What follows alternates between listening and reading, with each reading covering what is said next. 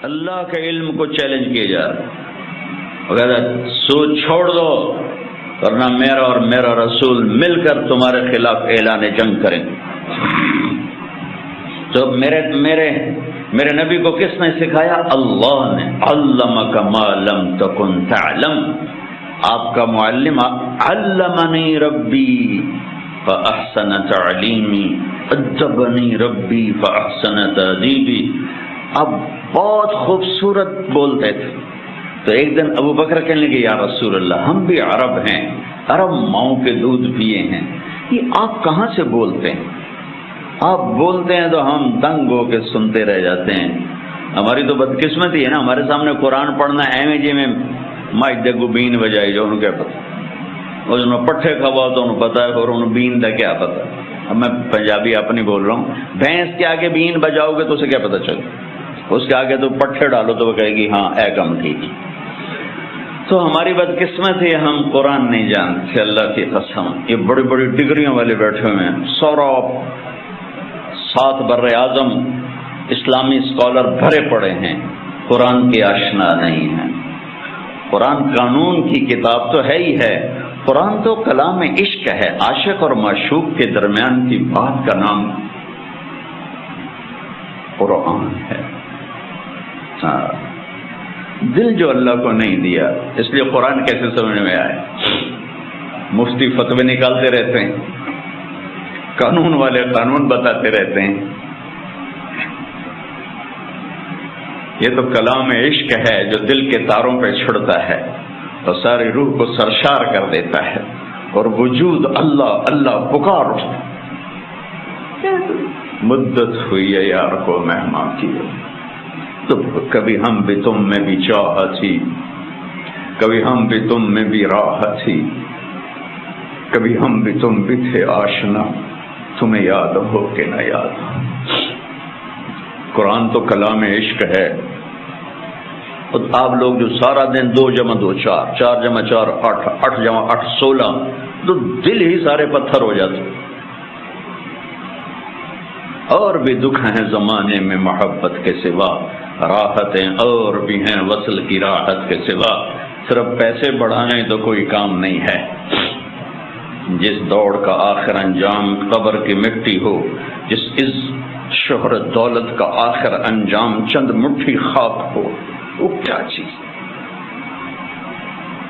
جاؤ بڑے بڑے ناموروں کی قبریں اکھاڑ کے دیکھو، تمہیں مٹی کے سوا کچھ نہیں ملے گا۔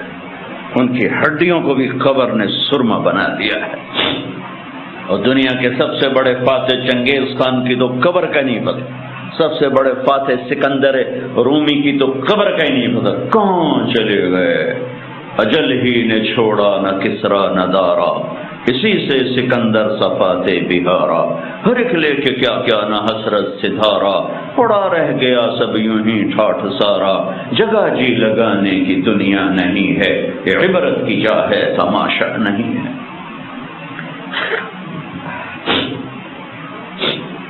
ہاں، اس کائنات پر میرے اللہ کا راج ہے، اور ساری کامیابیوں کی چابیاں اللہ نے اپنے حبیب کے ہاتھ میں پکڑا دی کہ جنت کی چابی میرے نبی کے ہاتھ میں ہے، تو ساری کامیابیوں کی انتہا جنت اللہ کی رضا ہے، وہ میرے نبی لے کر آئے، میرے نبی لے کر آئے، اتر کر حرا سے سوے قوم آیا، اور ایک نسخہ کیمیا ساتھ لایا۔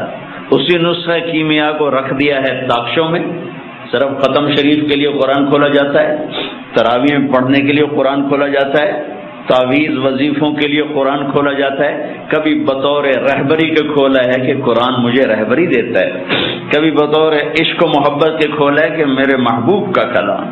حضرت علی رضی اللہ تعالیٰ عنہ کا فرمان ہے، جب میرا جی چاہتا ہے کہ میں اللہ سے باتیں کروں تو میں نماز پڑھتا ہوں، اور جب میرا جی چاہتا ہے اللہ مجھ سے بات کرے، اللہ اللہ، تو میں قرآن پڑھتا ہوں، قرآن، پھر میرا اللہ مجھ سے باتیں کرتا۔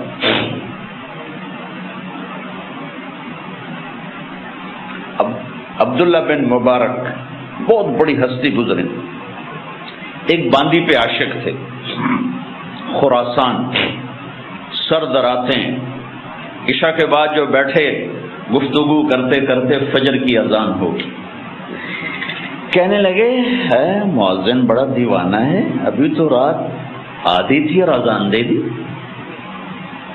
تھوڑی دیر کے بعد صبح کی سفیدی نظر آئی، ارے رات بیت گئی. ایک عورت کے عشق میں ساری رات بیت گئی. ایک جھٹکا لگا کہ ہائے، جو اصل محبوب ہے اگر میرا دل وہاں لگ جائے تو کیا ہوگا. یہ تو ایک عورت ہے جس سے ساری رات میری بتا دی، مجھے پتہ بھی نہ چلا. اس ادھیڑ بن میں سارا دن گزرا. رات کو خواب آیا کہ ایک بلبل ایک شاخ پہ بیٹھی ہوئی یہ آیت پڑھ رہی، أَلَمْ يَأْنِ لِلَّذِينَ آمَنُوا أَن تَخْشَعَ قُلُوبُهُمْ لِذِكْرِ اللَّهِ وَمَا نَزَلَ مِنَ الْحَقِّ.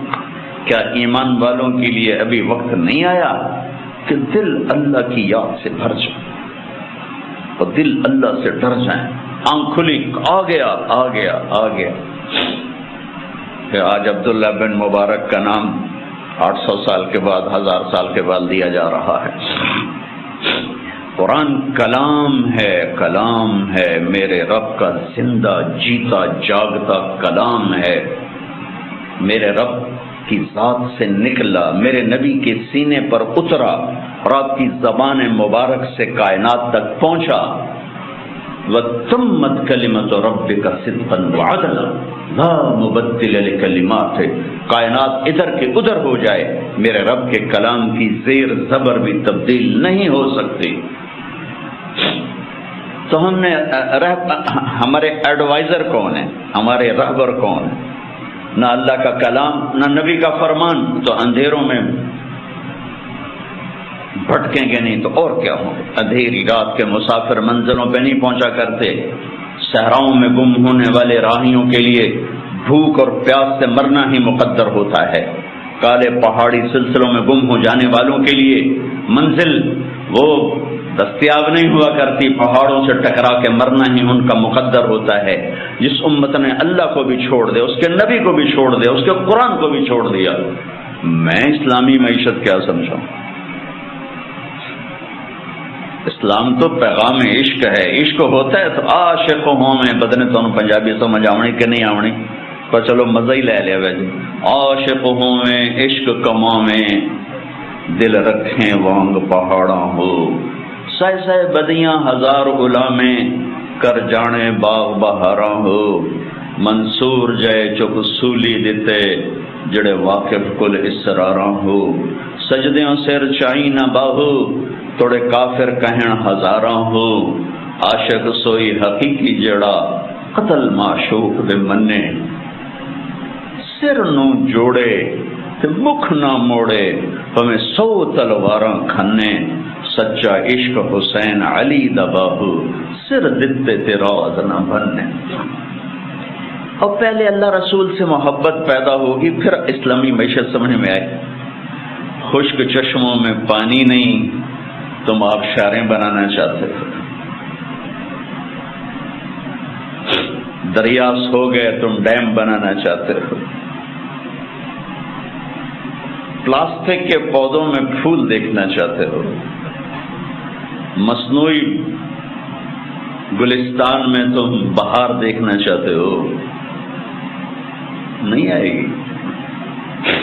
پہلے اس سے آباد کرو. یہ جو یہاں ہے، یہاں یہ اس سے اللہ رسول کی محبت سے آباد کرو.